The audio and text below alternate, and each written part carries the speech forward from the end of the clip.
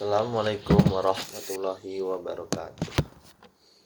Perkenalkan, nama saya Nova Hasan, mahasiswa Universitas Muhammadiyah Jakarta, Fakultas Ilmu Sosial dan Ilmu Politik, jurusan Ilmu Politik.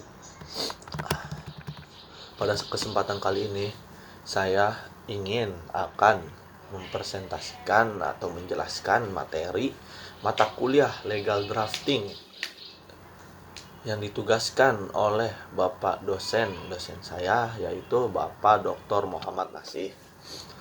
Di mata kuliah Legal Drafting ini saya akan mempresentasikan materi tentang prolegnas. Jadi semoga kawan-kawanku dan juga Bapak dosen tetap dalam lindungan Allah Subhanahu wa taala agar tetap mendapatkan nikmat dan rahmatnya dan juga kesehatan di tengah pandemi ini. Tetap patuhi protokol kesehatan. Oke, bismillahirrahmanirrahim. Jadi untuk prolegnas ya. Jadi untuk mewujudkan undang-undang, maka pembentukan undang-undang itu perlu dilakukan secara terencana, terpadu, dan sistematis melalui program legislasi nasional dengan memperhatikan skala prioritas sesuai dengan kebutuhan hukum masyarakat. Dan pelaksanaan kegiatan prolegnas selama ini dikoordinasikan oleh Departemen Hukum dan HAM, Badan Pembinaan Hukum Nasional. Tujuan penyusunan prolegnas ini antara lain yaitu: yang pertama, mempercepat proses pembentukan peraturan perundang-undangan sebagai bagian dari pembentukan sistem hukum nasional. Terus yang kedua, membentuk peraturan perundang-undangan sebagai landasan dan paket bidang pembangunan lainnya, serta mengaktualisasikan hukum sebagai sarana rekayasa sosial atau pembangunan. Instrumen pencegah atau penyelesaian sengketa, pengatur perilaku anggota masyarakat, dan sarana pengintegrasi bangsa dan dalam wadah negara kesatuan Republik Indonesia. Terus yang ketiga itu, mendukung upaya dalam rangka mewujudkan supremasi hukum, terutama penggantian terhadap peraturan perundang-undangan warisan kolonial dan hukum nasional yang sudah tidak sesuai dengan perkembangan masyarakat, jadi akan diganti.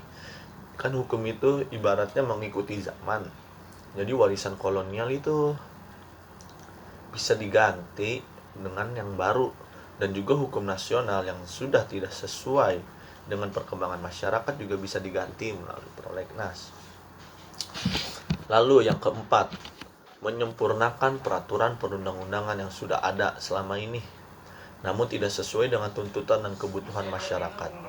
Jadi jika ada peraturan perundang-undangan yang sudah tidak sesuai dengan kebutuhan atau tuntutan masyarakat, maka bisa diganti peraturan perundang-undangan tersebut dengan yang baru. Terus yang kelima itu, membentuk peraturan perundang-undangan baru sesuai dengan tuntutan dan kebutuhan masyarakat. Jadi ini menciptakan. Kalau yang keempat itu mengubah, sedangkan yang kelima ini membentuk peraturan perundang-undangan baru. Jadi dia itu mengubah perundang-undangan baru sesuai dengan tuntunan dan kebutuhan masyarakat. Prolegnas merupakan pedoman dan pengendali penyusunan peraturan perundang-undangan tingkat pusat yang mengikat lembaga yang berwenang membentuk peraturan perundang-undangan. Pembentukan peraturan perundang-undangan yang sesuai dengan prolegnas tidak saja akan menghasilkan peraturan perundang-undangan yang diperlukan untuk mendukung tugas umum pemerintahan dan pembangunan sesuai dengan amanat Undang-Undang Dasar Negara Republik Indonesia tahun 1945, tetapi juga untuk memenuhi kebutuhan hukum masyarakat sesuai dengan tuntunan reformasi dan kemajuan ilmu pengetahuan dan teknologi dewasa ini maupun di masa yang akan datang. Dasar hukum untuk melakukan kegiatan prolegnas ini adalah sebagaimana disebutkan pasal 15 Undang-Undang Nomor 10 Tahun 2004 tentang pembentukan peraturan perundang-undangan, mengatakan bahwa perencanaan penyusunan undang-undang dilakukan dalam suatu prolegnas. Dengan demikian, prolegnas merupakan instrumen perencanaan pembentukan peraturan perundang-undangan tingkat pusat yang memuat skala prioritas program legislasi jangka menengah dan tahunan yang disusun secara berencana, terpadu dan sistematis oleh Dewan Perwakilan Rakyat Republik Indonesia atau DPR RI bersama pemerintah sesuai dengan perkembangan kebutuhan hukum masyarakat dalam rangka mewujudkan sistem hukum nasional yang sesuai dengan amanat konstitusi.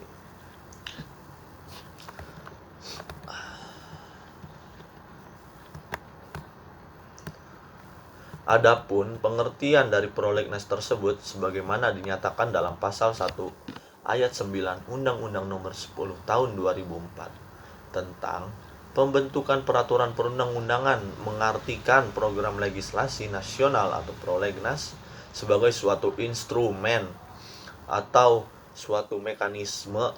Dikaitkan dalam pasal tersebut bahwa program legislasi nasional adalah instrumen perencanaan program pembentukan undang-undang yang disusun secara berencana, terpadu dan sistematis.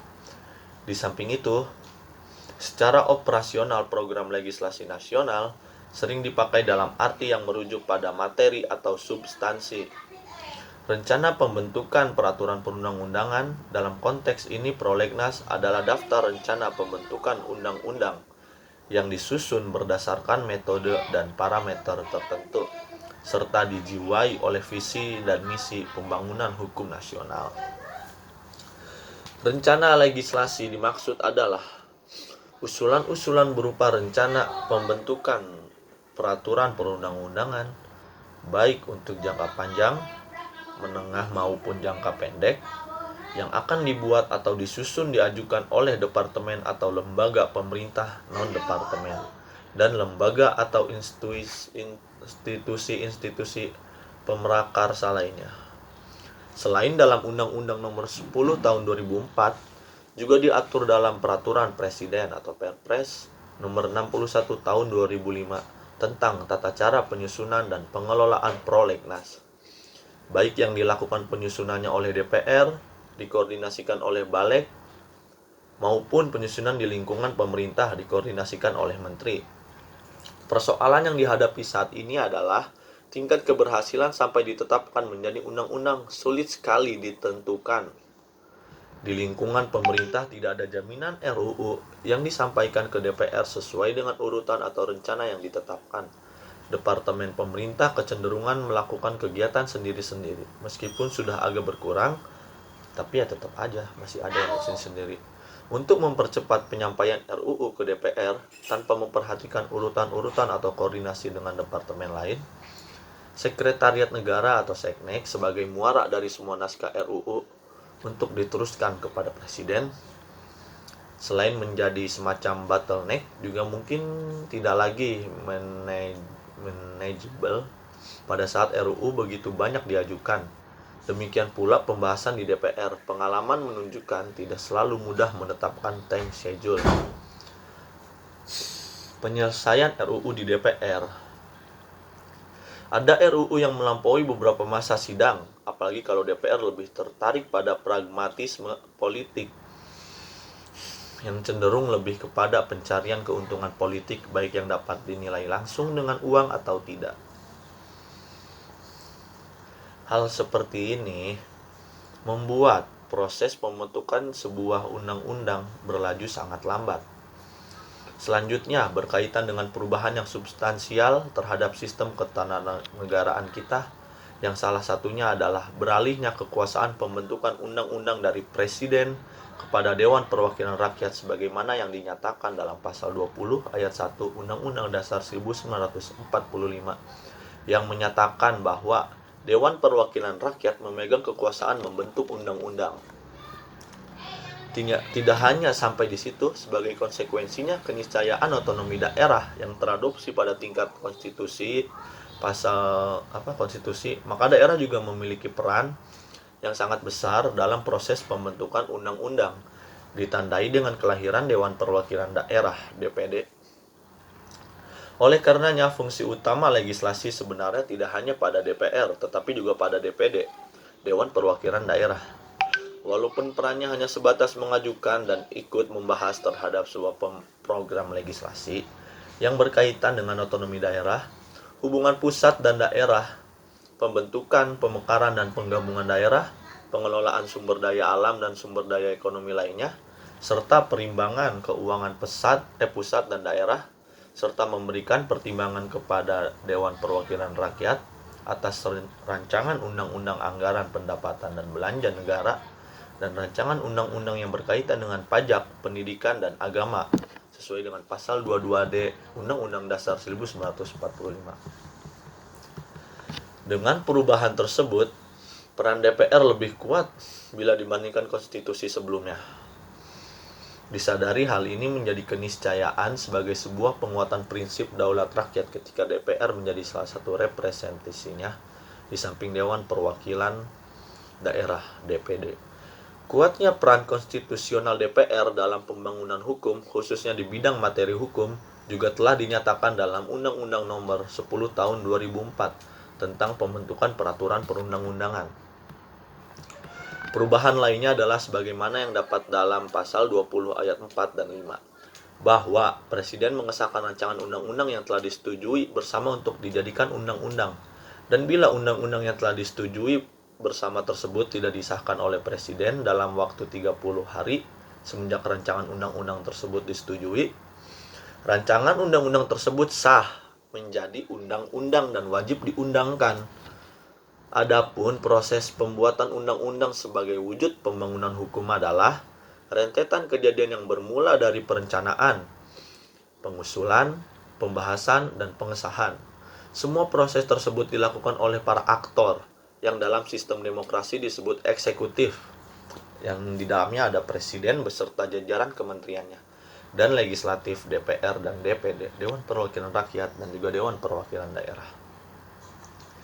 Dari penjelasan saya di atas, Badan Pembinaan Hukum Nasional Departemen Hukum dan HAM memandang perlu untuk melakukan penelitian mengenai peran program legislasi nasional, yaitu prolegnas, dalam perencanaan pembentukan hukum nasional berdasarkan Undang-Undang tahun 1945.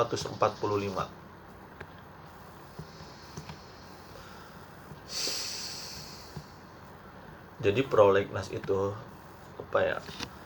program legislasi nasional.